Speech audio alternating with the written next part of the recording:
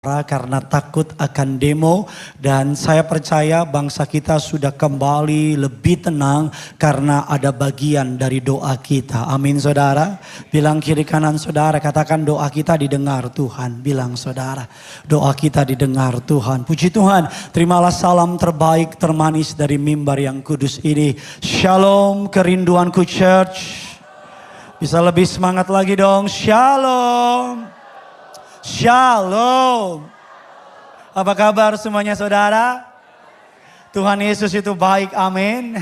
Saya belum melihat tangan-tangan yang bangga punya Tuhan Yesus. Boleh lambaikan tangan saudara. Kalau saudara tidak keberatan, sekali lagi dong boleh jumpai 2-3 orang di kiri kanan saudara.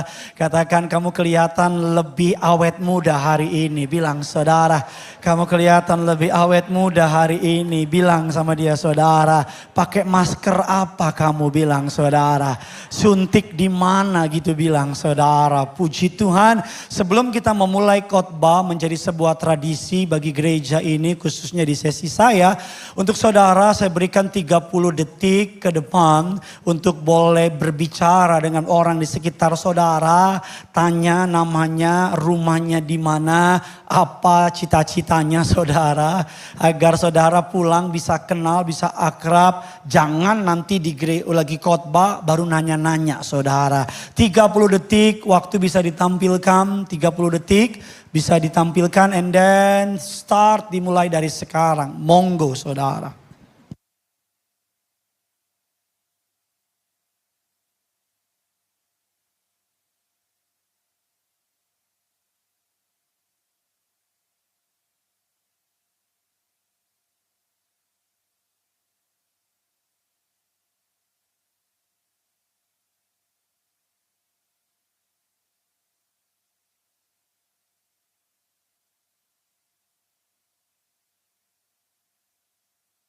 Ibu-ibu pasti seneng banget nih, tisu basah promo 10.000 udah dapat 5 pack. Asli murahnya kebangetan banget, mana satu pack isinya 80 lembar loh. Tisunya lembut, kandungan airnya banyak, aman untuk bayi karena tidak mengandung alkohol. Tisunya sudah double penutup jadi gak gampang.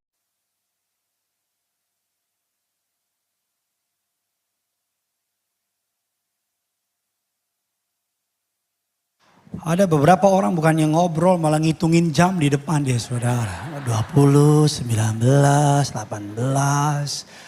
Bagi beberapa orang introvert suruh ngomong itu penderitaan buat dia saudara. Mari sama-sama kita akan belajar kebenaran firman Tuhan setelah sebulan penuh minggu lalu. Selama bulan Agustus kita belajar mengenai freedom from addiction. Yesus mengasihi para pecandu. Di bulan September ini gereja ini memulai seri khotbah yang baru, yaitu wisdom atau hikmat. Sama-sama bilang sama saya, hikmat.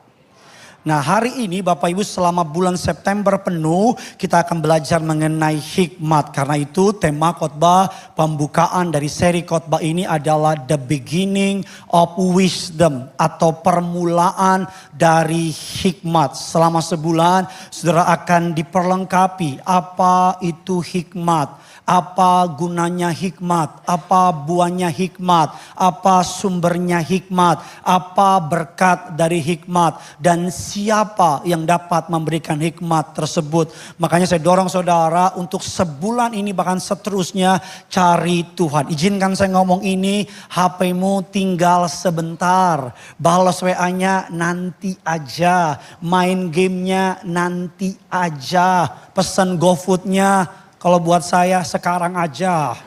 Tapi kalau buat orang lain nanti aja, ngobrolnya nanti aja. Fokus, arahkan pandanganmu ke depan, dengar firman.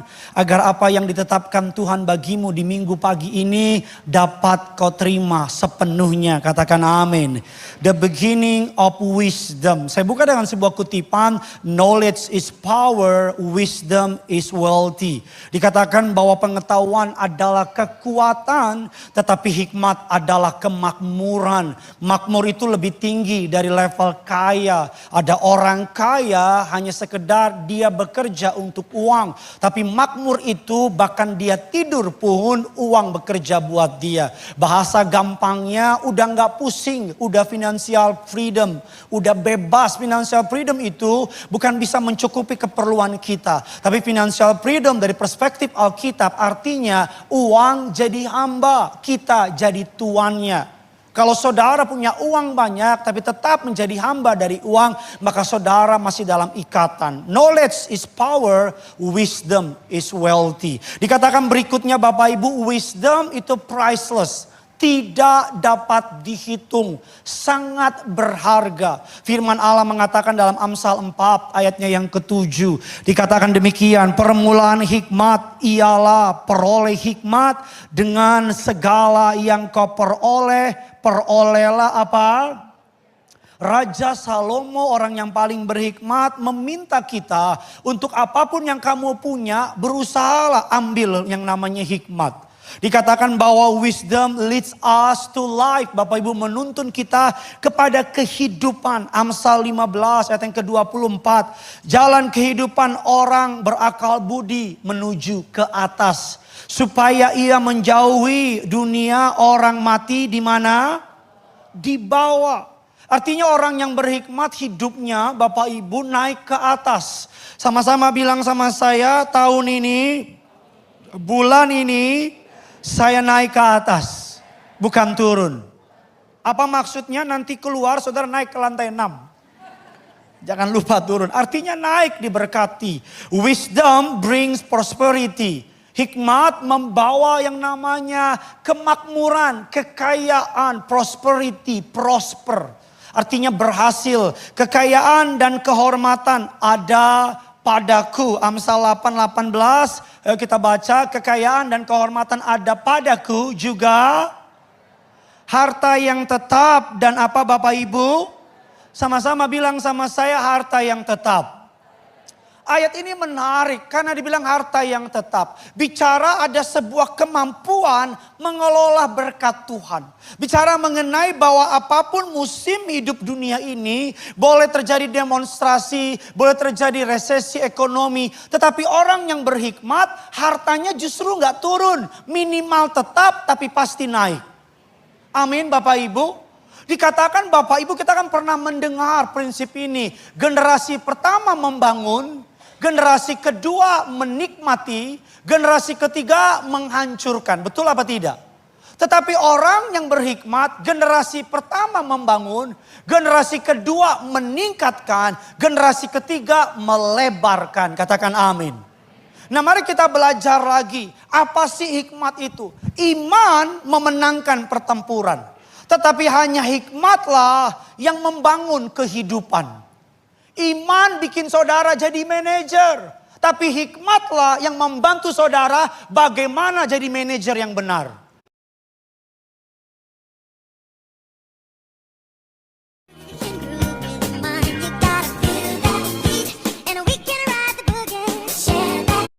Tapi hikmatlah yang membantu saudara bagaimana jadi manajer yang benar.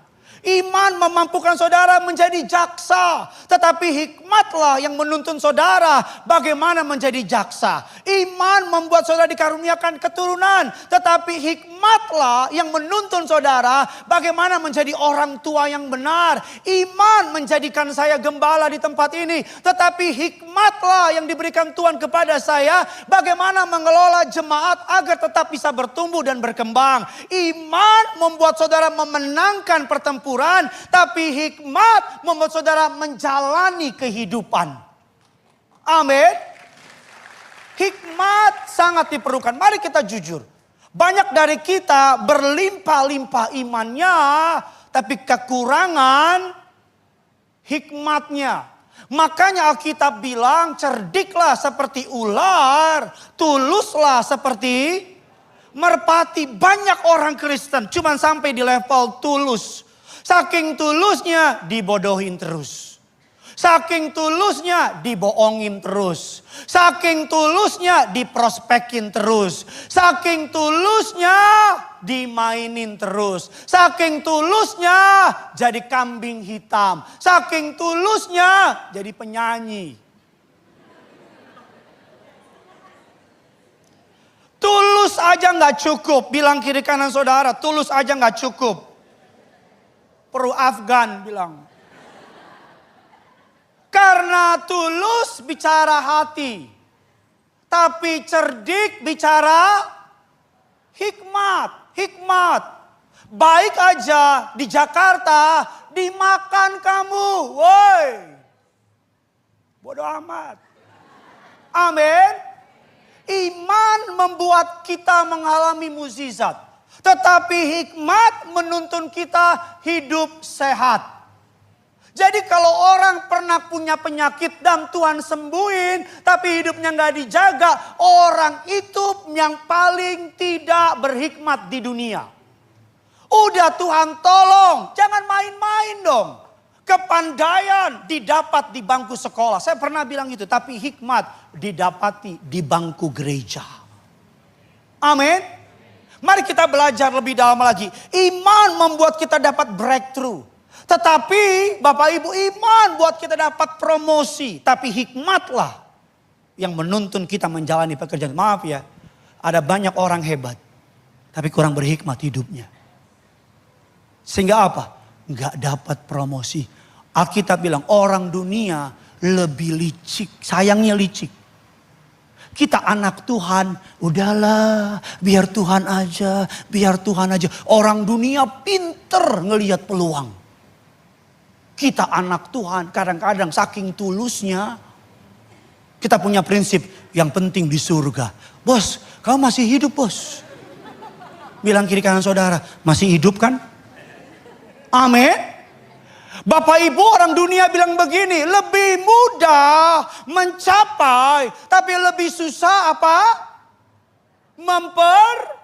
Mempertahankan. Mencapai itu iman. Kamu jadi sarjana, kamu jadi manajer, kamu jadi orang tua, kamu jadi GM, kamu jadi pemimpin. Itu iman yang membawa kamu ke sana. Tetapi mempertahankan, kamu butuh hikmat.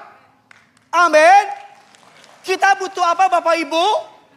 Hikmat. Di Alkitab, Bapak Ibu Alkitab saya bilang. Ada seorang narapidana. Alkitab saya bilang, ada terdakwa, ada tersangka, tertuduh pemerkosaan. Tapi menjadi orang paling berkuasa di muka bumi. Orang nomor 2 di tanah Mesir. Namanya Yusuf. Yang membuat Firaun jatuh cinta sama Yusuf bukan imannya.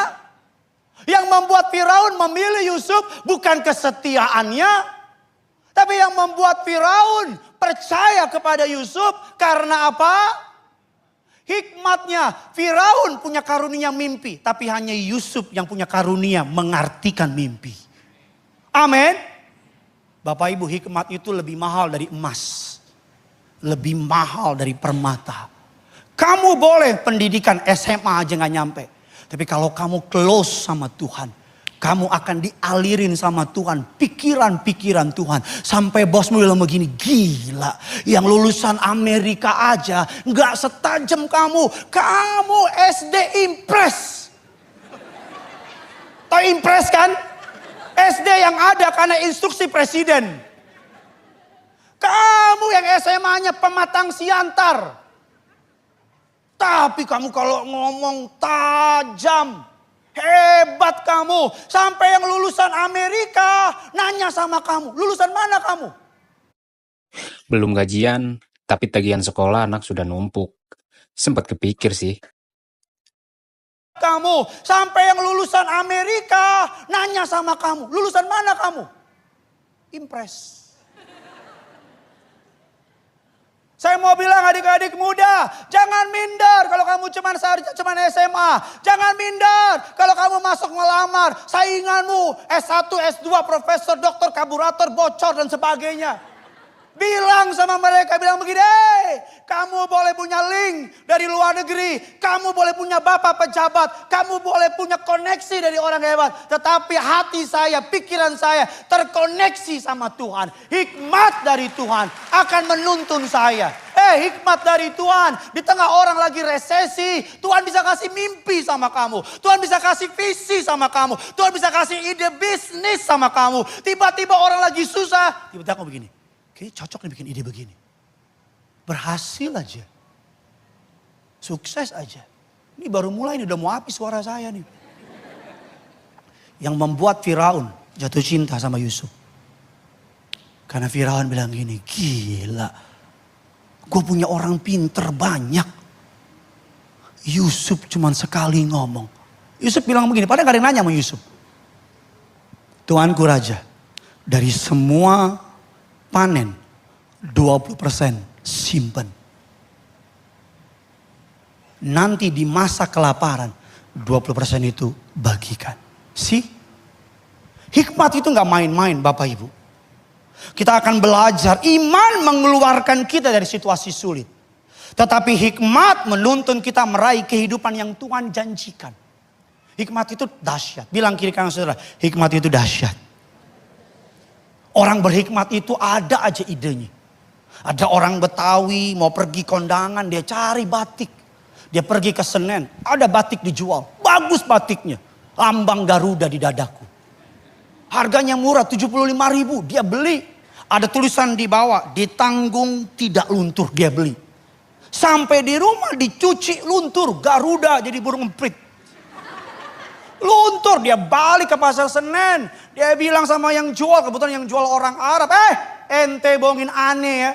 Ente bilang ini batik gak luntur. Tapi aneh lihat batik ente luntur. Orang Arab bilang gini, aneh gak pernah bohongin ente.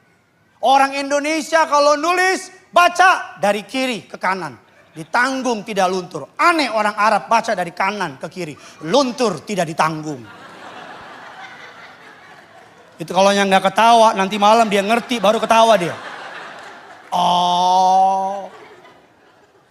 Itu yang mau dibilang, orang Batak terkenal dengan istilah Batak, banyak taktik. Saya mau bilang sama saudara, orang berhikmat. Dr. Henry Cloud, Bapak Ibu dalam bukunya Three Kinds of People. 3 tipe orang di muka bumi. Cuma ada 3 tipe orang. Dan bagi saya Bapak Ibu jemaat Tuhan, pay attention. Perhatikan, do general check up. Look inside of you. Lihat kamu orang yang tipe apa.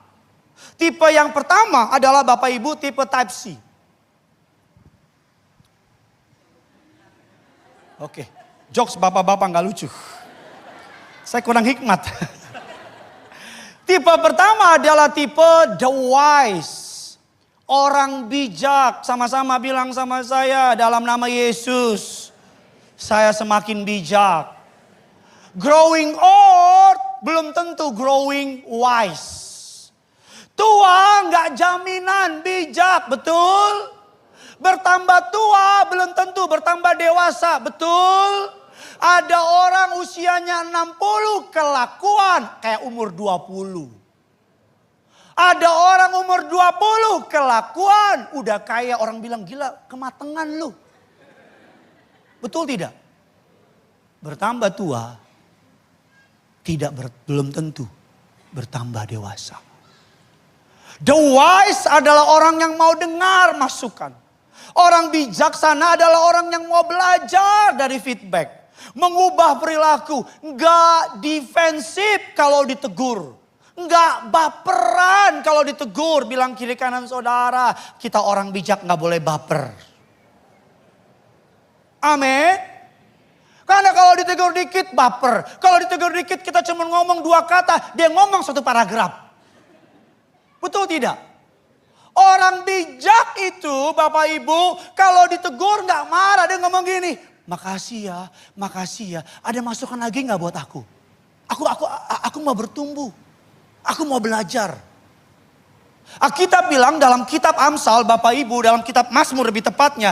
Ada 3 tipe tahapan orang di Alkitab. Berbahagialah orang yang duduk, berbahagialah orang yang berdiri, berbahagialah orang yang berjalan. Artinya ada 3 tahapan. Berjalan bicara orang yang sedang memproses hidupnya. Berdiri bicara orang yang sedang memberikan arahan. Duduk bicara orang yang jadi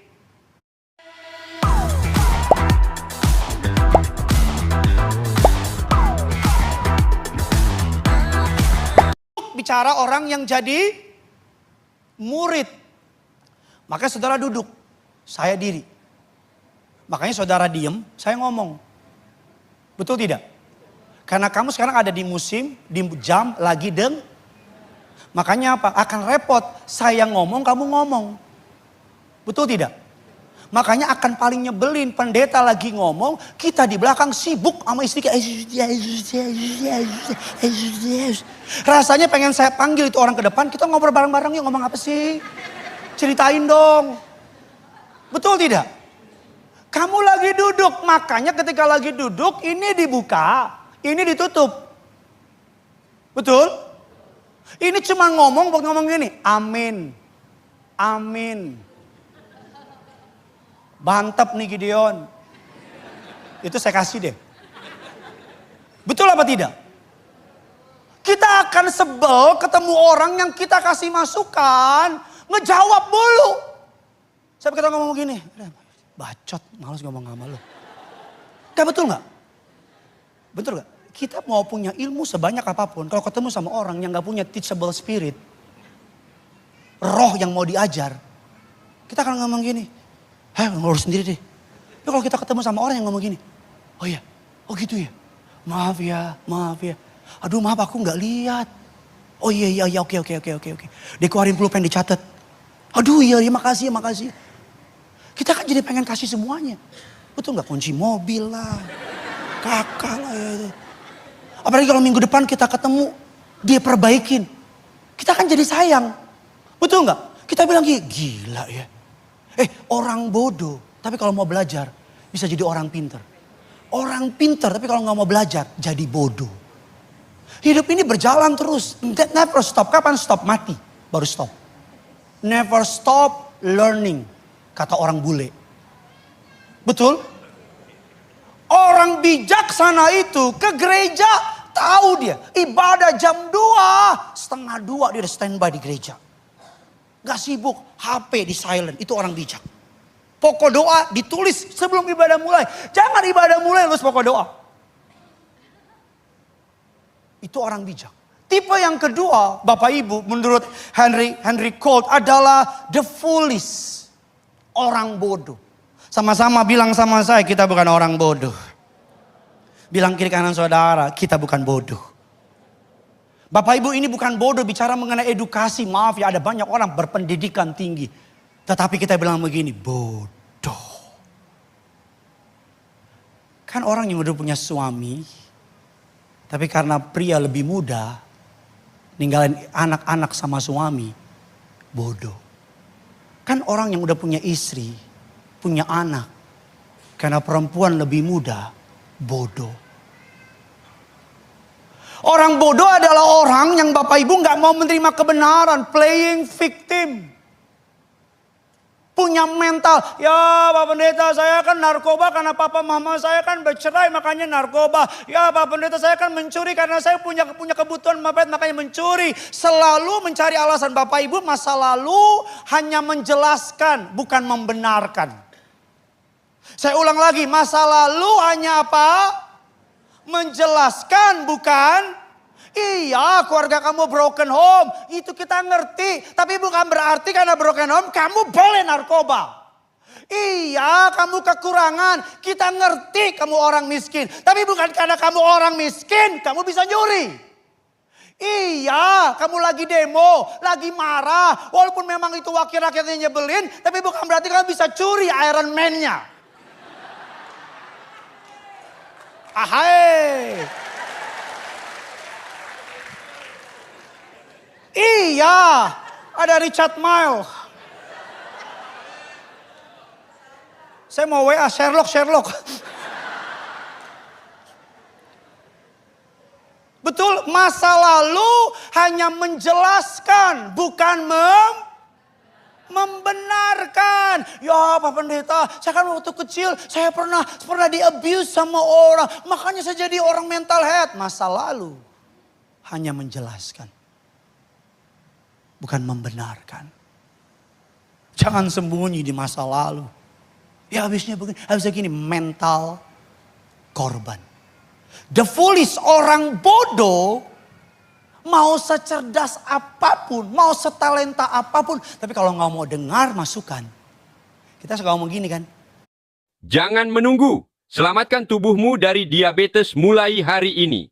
Gula darah tinggi, kesemutan di tangan dan kaki, penglihatan kabur, kelelahan terus-menerus, luka yang sulit sembuh. Gejala-gejala ini Suka ngomong gini kan. Sayangnya padahal keren. Aduh padahal pinter. Saya udah lama hidup Bapak Ibu. Saya udah lama ada di dunia gereja. Saya sering ketemu orang yang super talented. Super, bukan lagi talented, super. Dia kalau main gitar Bapak Ibu, gitar belum disentuh udah bunyi. Udah kayak punya kuasa gelap itu gitar. Saya pernah ketemu orang Bapak Ibu kalau nyanyi, ampun, merdu. Grand Verdi aja lihat dia nyanyi, berhenti jadi penyanyi. Tapi, nggak mau ditegur. Dia ngerasa talentanya more than enough untuk ngangkat dia.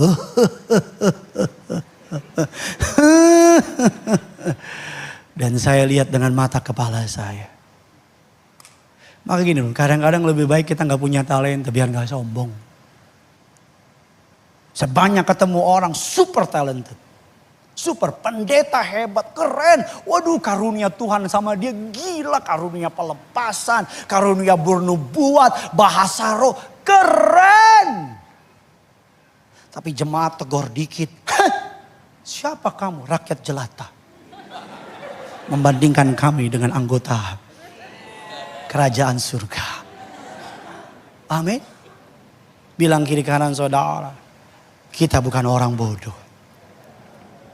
Berapa waktu yang lalu saya sama istri mau WA seorang hamba Tuhan yang baru step down dari sebuah gereja besar. Saya minta waktu ketemu sama dia. Karena saya tahu saya yang butuh. Saya dengan begini, waktu dan tempat saya ikut pastor. Di mana aja saya samperin. Kenapa? Karena saya butuh. Di mana? Itu yang benar Bapak Ibu. Ada jemaat WA saya, Pak bisa jam segini gak Pak? Bisa daerah ini gak? Kenapa di situ dekat rumah? Kurang ajar mati gue. Ini yang betul apa? Gue ada mati nih. Pak, pastor di mana saja, jam berapa, hari apa aja. Bahkan dadakan pun kalau pastor bisa, kami datang. Dia kasih jam 2 di sebuah mall di Jakarta Selatan, di restoran ini. Saya datang sama istri. Jam 2 janjian, setengah 1, jam 1 lewat dikit saya udah di situ. Kenapa? Makan dulu. Karena makan sambil ngobrol ugly. Jadi makan duduk. Setengah 2 lewat dikit dia datang. Saya ngomongin sama dia, pastor izin. Saya akan banyak nanya. Ada 40-30 pertanyaan. Dia bilang go ahead. Saya tungguin dia makan dulu. Udah habis baru saya tanya. Tanya terus, catat, tanya. Kenapa? Karena saya mau belajar. Saya mau belajar dari air matanya supaya nggak jadi air mata saya. Saya mau belajar dari rasa sakitnya supaya nggak jadi rasa sakit saya. Saya mau belajar dari penderitaannya supaya nggak jadi penderitaan saya. Adik-adik muda, kamu tuh kuat, punya tenaga. Tenagamu kayak nggak ada habis-habisnya. Begadang aja masih siap besok pagi nge-gym. Kamu udah siap, mau malam, mau hujan, kehujanan, nggak flu, nggak batuk, nggak sakit. Kalau generasi di atas kamu, kalau ke restoran pasti teh anget terus, teh anget Pak. Duduk nggak mau di bawah AC. Di sakunya pasti ada minyak telon, fresh care. Anak muda, kamu jangan banyak omong. Cari orang bijak. Perhatikan dengan baik kepada siapa kamu harus mendekat. Perhatikan dengan baik kepada siapa kamu harus menjauh. Pay attention. Kalau ketemu orang besar, jangan kamu yang banyak omong. Kalau ketemu orang gede, kamu diam, tanya sama dia. Pak, gimana Bapak bisa sukses? Kalau dia ngomong, kamu jangan potong-potong. Dia bukan tumpeng. Dengerin. Oh. catat. Udah selesai, bilang thank you. Makasih ya Pak. Karena mentor akan mempercepat masa inkubasi kita. Belajar gitar sendiri sama belajar gitar pakai mentor, lebih cepat mana? Pakai mentor. Karena mentor dengan pengalamannya puluhan tahun dijadikan satu, dikasih sama saudara. Makanya orang-orang berhasil kalau dipanggil jadi keynote, key speaker, itu mahal. Betul tidak? Karena yang dia omongin apa? Dia expertise di bidangnya. Yang ketiga menurut Henry Cloud, Bapak Ibu, adalah orang evil. Orang jahat. Ini orang jahat Bapak Ibu, kalau orang bijak ke gereja dia prepare. Kalau orang bodoh ke gereja ya bukan berarti saya mau ngomong apa ya. Kalau orang bijak ke gereja nggak terlambat. Kalau orang bodoh, ya saya nggak bilang terlambat itu bodoh. Cuman ya begitu. Tapi kalau orang jahat ke gereja, mentalnya begini. By the way guys, shampoo cintaan aku udah habis. Ini pemakaian selama 4 bulan. Rutin aku pakai seminggu 2 kali. Dan aku udah CO lagi yang baru dong nih. Gak perlu PAPO, cuma 3 hari aja udah sampai guys. Dan kalian tebak ini harganya berapa? Cuma 84.000 aja guys. Murah banget. Siapa kemarin yang bilang ini tuh harus PO dulu lama? Enggak dong, ini aku 3 hari aja udah sampai tuh.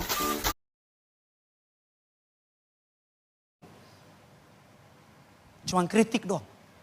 Lihat. Panas. Kalau WL bilang ada sukacita? Nggak ada. Kerjaannya cuman apa Bapak Ibu? Kritik. Niatnya udah jahat.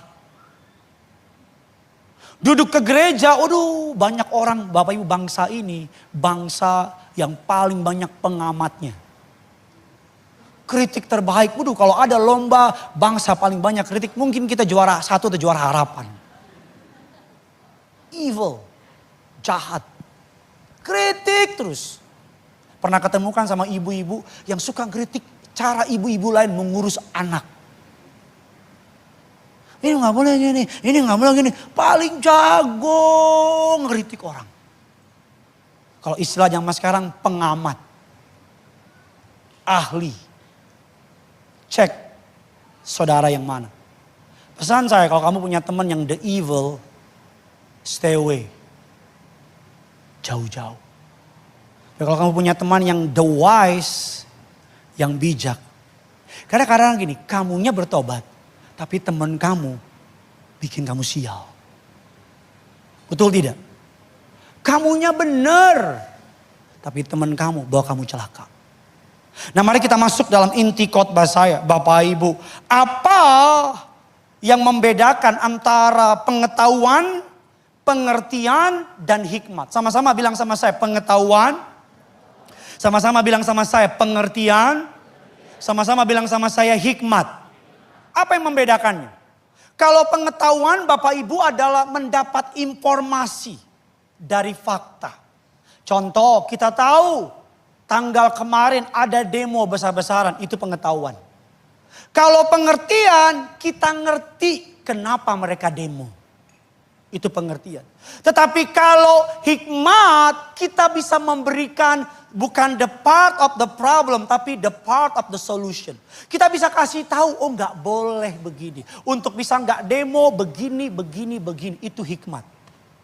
Ada banyak orang berpengetahuan, berpengertian tapi tidak berhikmat. Bisa apa tidak? Ada orang punya pengetahuan, punya pengertian tapi tidak berhikmat. Contohnya apa? Tahu teori pernikahan. Tahu bagaimana menjalankan pernikahan. Tetapi cerai juga, selingkuh juga. Kita tahu begadang itu gak bagus buat kesehatan. Kita tahu makan mie instan gak bagus. Tapi tetap begadang juga. Contoh lagi, orang punya pengetahuan, punya pengertian tapi gak punya hikmat. Contohnya dokter jantung. Tahu rokok itu gak baik buat dia. Tapi tetap dia tahu di pengertian kalau rokok bisa bikin jantungnya tersumbat. Tapi tetap dia ngerokok. Dia punya pengetahuan gak? Dia punya pengertian gak? Apa yang dia gak punya? Hikmat. Bapak Ibu, makan makanan Indonesia itu enak banget apa tidak? Kita sepakat enak banget ya. Tapi kita tahu, kadang-kadang mulut ini bisa bikin pendek umur kita. Tahu babi itu berbahaya. Loh, istri saya, Bapak Ibu, kalau ada tautan makanan babi berbahaya bagi kesehatan, pasti dia tag saya. Kalau nggak colek Gideon, pok Gideon, kan suka ada tuh IG kiriman suami dan istri. Saya tahu, makanya Bapak Ibu, kita perlu belajar. Iman membawa kita masuk ke istana, tapi hikmat membuat kita tetap hidup di dalamnya. Bapak Ibu, hikmat akan membuat kita bukan hanya sekedar bertahan di dunia ini.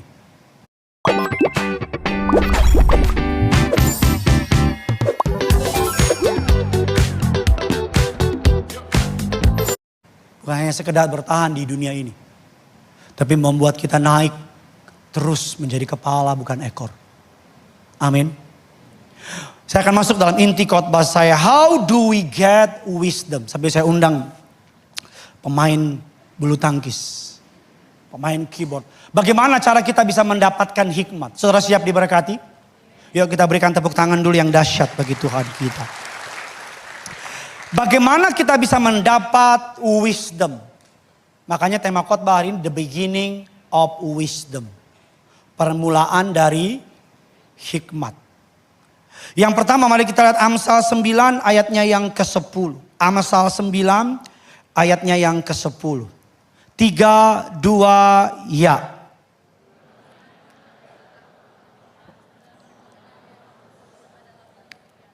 Mazmur 11 ayatnya yang ke-10. Kita baca 3, 2, ya. Permulaan semua orang yang apa? Melakukannya apa Bapak Ibu? Berakal, budi yang baik. The beginning of wisdom. Bagaimana kita bisa memperoleh hikmat. Saya sudah membahas kepada saudara dan saya. Apa keuntungan dari hikmat. Bagaimana memulai hikmat itu. Alkitab katakan fear of the Lord. Kalau dalam istilah teologi, holy fear. Ketakutan yang kudus. Takut Tuhan sama takut binatang dua hal yang berbeda. Takut yang dunia ajarkan sama takut yang Alkitab ajarkan two different thing. Takut ular membuat kita jauh-jauh dari ular. Takut kecoa membuat kita jauh-jauh dari kecoa. Takut hantu membuat kita jauh-jauh dari hantu. Tapi takut Tuhan membuat kita gak bisa jauh-jauh dari Tuhan. Amin. Yang membuat Yusuf menolak Potifar bukan karena Yusuf takut sama Potifar. Yang membuat Yusuf menolak Potifar karena Yusuf takut akan Tuhan. Yang membuat Daniel tidak mau menyembah Tuanku dewa buatan Nebukadnezar. Bukan karena Daniel takut sama yang namanya dihukum dan sebagainya. Tapi yang membuat Daniel memilih masuk goa singa. Daniel lebih memilih kehilangan dunia daripada kehilangan Tuhan. Karena bagi Daniel gak apa-apa masuk goa singa. Asal saya gak kehilangan Tuhan. Takut akan Tuhan adalah sebuah rasa hormat sama Tuhan. Ada hormat sama Tuhan. Bapak Ibu, saya merindukan jemaat zaman waktu saya masih kecil.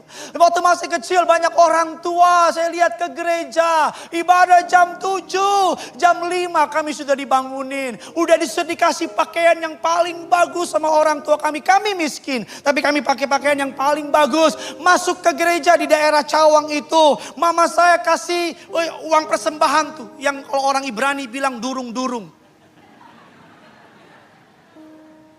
Mama saya kalau kasih uang persembahan gak pernah. Walaupun cuma dikit 1.000, 2.000 atau 5.000. Tapi mama saya selalu bilang uang yang bagus nak buat Tuhan. Uang yang bagus nak buat Tuhan. Di rumah mama saya suruh bilang doain dulu. Tuhan gak lihat uangnya. Tuhan lihat hati yang membawa uang itu. Jadi kalau kasih persembahan Bapak Ibu bukan soal nominalnya. Tetapi ada rasa syukur di dalamnya. Ada rasa kamsya di dalamnya. Ada rasa ucapan syukur mengalir dari hati yang paling dalam. Ada takut dan gentar sama hadirat Allah. Dulu kalau kecil saya ke gereja sama mama saya. Kalau kami berisik mama saya ngomong gini. Bontot ini hadirat Tuhan. Bontot ini gereja. Jangan berisik. Ini rumah Tuhan.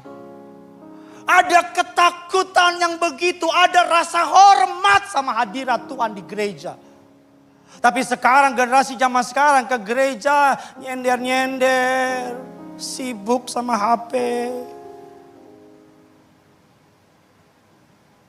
Selama penyembahan tangan di kantong. Gini. Saya merindukan bangsa ini bukan kekurangan orang pintar. Orang pintar banyak di bangsa ini. Bangsa ini kekurangan orang yang takut akan Tuhan. Gereja bukan kekurangan pendeta yang skillful. Wow, banyak pendeta skillful. Banyak pendeta public speakingnya. TOPBGT keren public speakingnya. Jokesnya baru terus. Khotbahnya keren. Tetapi gereja tidak kekurangan pendeta hebat. Gereja kekurangan pendeta yang takut akan Tuhan. Jika Anda sering merasakan jantung berdebar cepat, sesak napas, nyeri dada, atau mudah lelah meski hanya akan Tuhan. Kita melihat para worship leader, para pemimpin pujian, mereka kalau nyanyi dahsyat, dahsyat, pitch controlnya, nadanya, harmonisasinya. Tapi you know what? Yang membuat Tuhan bersuka bukan karena bagusnya si penyanyi, tetapi karena dalam penyembahan mereka ada takut akan Tuhan di penyembahan mereka. Ada hormat akan Tuhan di penyembahan mereka. Generasi ini kekurangan orang yang takut akan Tuhan. Bapak Ibu, loving God, mencintai Tuhan, belum tentu takut akan Tuhan. Love God doesn't mean fear God. Adam dan Hawa cinta Tuhan. Tapi mereka tidak takut Tuhan. Makanya mereka makan buah pengetahuan yang baik, yang benar. Betul tidak? Oh, kita ada di generasi yang adik-adik muda. Kalau worship, waduh. Acara-acara worship night. Ini gak nyindir ya, cuman contoh, gak nyindir. Di kafe-kafe, udah keren nyanyinya. All my life you have been faithful. All my life you have been so good. Your goodness is running after. Keren. Nangis. Saya nggak meragukan cinta mereka sama Tuhan. The best, keren. Tapi pulang dari worship night, mabok lagi. Pulang dari acara gereja, have a sex lagi sama pacarnya. Kita kekurangan orang-orang yang takut akan Tuhan. Mas sudah pikir kenapa saya pakai ini? Emang gaya? No.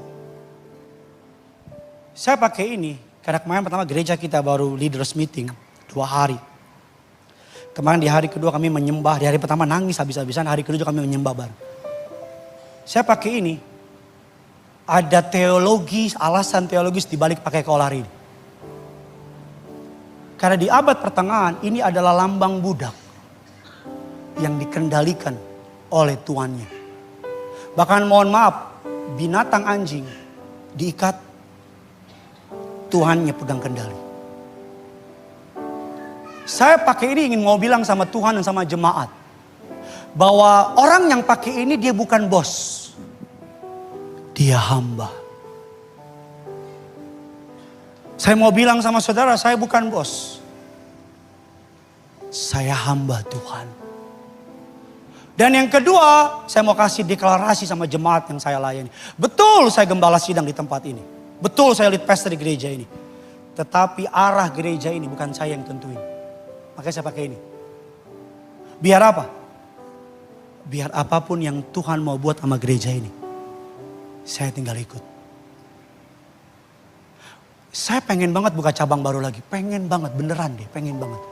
Tapi sampai hari ini, Tuhan belum bilang iya sama saya. Belum ada green light. Saya waktu buka ini sama tim di sini buka Kelapa Gading, saya ambil puasa. Tuhan buka Gading gak Tuhan? Doa, puasa, bergumul, minta tanda, dapat tandanya. Buka. Kita ada beberapa penawaran tempat lain. Enak. Tapi saya tahu, saya pakai ini. Agar saya dengar Tuhan. Kalau Tuhan bilang Gideon belum buka, tak buka. Gideon buka.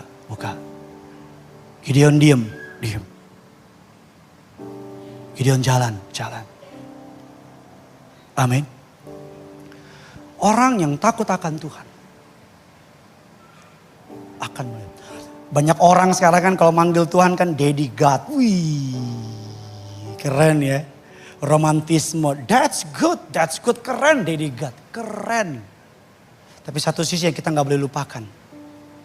Dia Daddy God, tapi dia Tuhan yang berkuasa. Kamu kalau hari ini yang ibadah, yang pimpin Presiden Prabowo.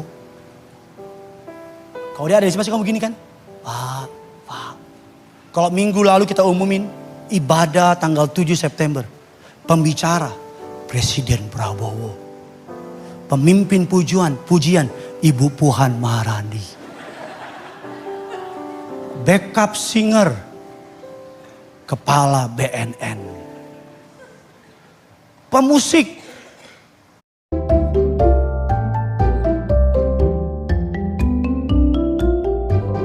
Sering merasa cepat lelah, napas pendek saat naik tangga, atau dada terasa tidak nyaman. Itu bisa jadi tanda jantung mulai melemah. Seiring bertambahnya usia, Kepala BIN, Asyir, Panglima TNI. Itu gereja apa itu? Ngeri banget itu gereja. Kalau Pak Prabowo muncul kamu masih begini kan? Pak, ya dong. Pak. Yang sedang ada di tengah-tengah kita saat ini. Jauh lebih tinggi dari Pak Prabowo.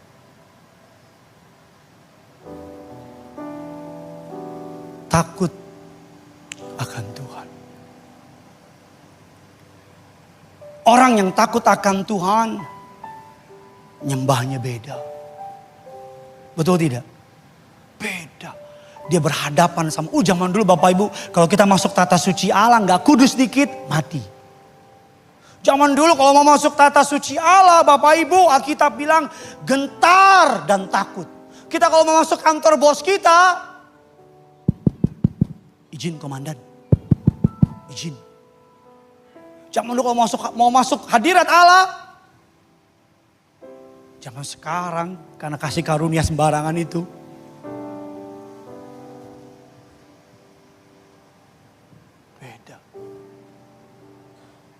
makanya jarang terjadi terobosan sama anak zaman Tuhan sekarang. Karena the spirit, fear of God. God. Ada seorang hamba Tuhan yang terkenal, sudah bisa Google it.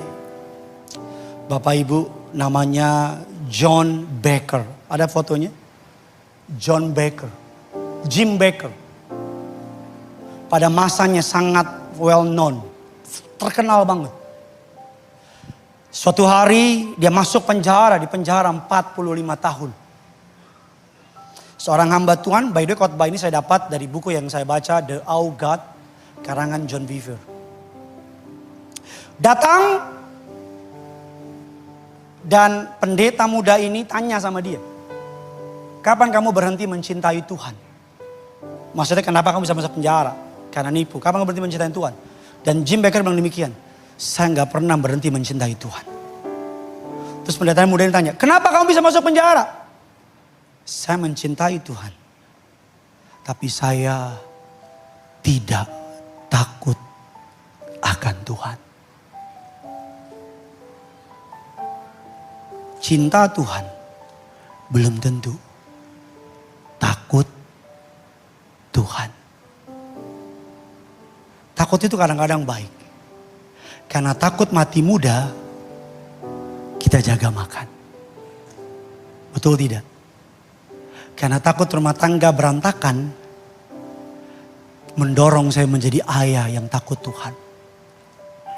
Takut itu dalam berbagai level itu baik. Amin saudara. Pengkhotbah 12, 13, 14 ini ayat saya terakhir. Sudah diberkati amin. Pengkhotbah 12, 13, 14. Kita baca ini perkataan Raja Salomo di akhir kehidupannya. Kitab atau ayat terakhir dalam kitab Pengkhotbah. 3, 2, ya.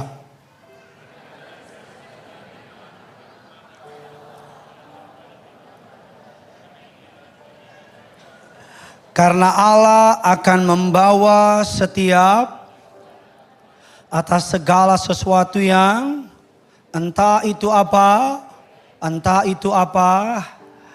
Salomo dalam segala kemegahannya, dalam segala kekayaannya, Alkitab menyebut sebagai orang paling berhikmat. Saking pentingnya hikmat, Alkitab Perjanjian Lama mengkhususkan 4 kitab tentang hikmat. 4 kitab tentang hikmat. Amsal, Pengkhotbah, Kidung Pujian, Ayub. 4 kitab ini membahas mengenai hikmat. Bahkan kitab Mazmur pun beberapa pasalnya khusus soal hikmat. Salomo bilang demikian, akhir kata, ayat yang ke-13. Akhir kata dari segala yang didengar ialah apa? Takutlah akan Allah. Bapak Ibu, takut akan Allah akan mematikan ketakutan yang lain. Saya ulang lagi, takut akan Allah akan mematikan ketakutan yang lain. Kita udah sampai di level gini. Terserah Tuhan. Yang penting saya ngelakuin yang benar. Rugi pun kalau ini buat Tuhan. I will do it. Musuh takut akan Tuhan, musuh utama takut akan Tuhan adalah fear of man. Takut akan manusia. Musuh utama takut akan Tuhan.